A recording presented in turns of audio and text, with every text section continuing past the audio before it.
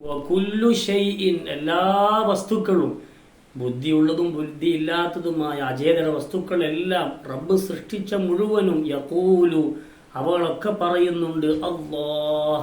പക്ഷെ നമ്മൾ അള്ളാഹു എന്ന് പറയുന്നത് ശരിക്കും അള്ളാഹുവിനെ വിളിക്കാൻ അറിയുന്നുണ്ടോ എന്ന് നമ്മൾ ചിന്തിക്കണം. മലയാളത്തിൽ ആന്നല്ല അങ്ങനെ അള്ളാന്നല്ല, നാവ് പുറത്തേക്ക് വന്നിട്ടില്ല അള്ളാ അല്ല. അള്ളാ അല്ല എന്ന് പറയുമ്പോൾ അല്ല ഇല്ല എന്ന് പറയുമ്പോൾ നമ്മളെ നാവ് അവിടെ പോകുന്നു. അവിടെ നിന്നാണ് അള്ളാഹു നിയ്യത്ത് വെച്ചിട്ട് തക്ബീറത്തുൽ ഇഹ്റാം നിസ്കാരത്തിന്റെ സ്റ്റാർട്ടിങ്ങിൽ തന്നെ അല്ലാഹു അക്ബർ 9 അക്ഷരാണുള്ളത്. ഒരക്ഷരത്തിന് 10 കൂലിയ, 90 കൂലി കിട്ടി. 9 അക്ഷരമുള്ള അല്ലാഹു അക്ബർ.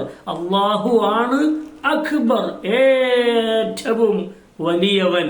അപ്പോ ഇന്നമൽ മുഅ്മിനൂന അല്ലദീന ഇദാ ദുകിറല്ലാഹ്, യഥാർത്ഥ മുഅ്മിൻ എന്ന് പറഞ്ഞാൽ അല്ലാഹ് എന്ന് വിളിക്കപ്പെട്ടാൽ പറയപ്പെട്ടാൽ വജിലത്തു ഖുലൂബുഹും, ഖൽബിൽ ഒരു അട്രാക്ഷൻ ഉണ്ടാവണം. അപ്പൊ ഇൻഷാ അല്ലാഹ് ഇനി മുതൽ നമ്മൾ തക്ബീർ എപ്പോഴും അള്ളാഹുവിനെ വിളിക്കും. പ്രത്യേകിച്ച് നിസ്കാരത്തിലേക്ക് റബ്ബായിട്ട് സംഭാഷണം ചെയ്യാൻ വേണ്ടി നിയ്യത്ത് വെച്ചിട്ട് അല്ലാഹു അക്ബർ. അപ്പൊ അവിടെ 5 തെറ്റ് വരാൻ സാധ്യത. ഒന്ന് ആന്നല്ല അള്ളാന്നല്ല അള്ളാ അങ്ങനെ പറയണം. തഫ്ഹീം ഊവല ഹു അള്ളാഹു.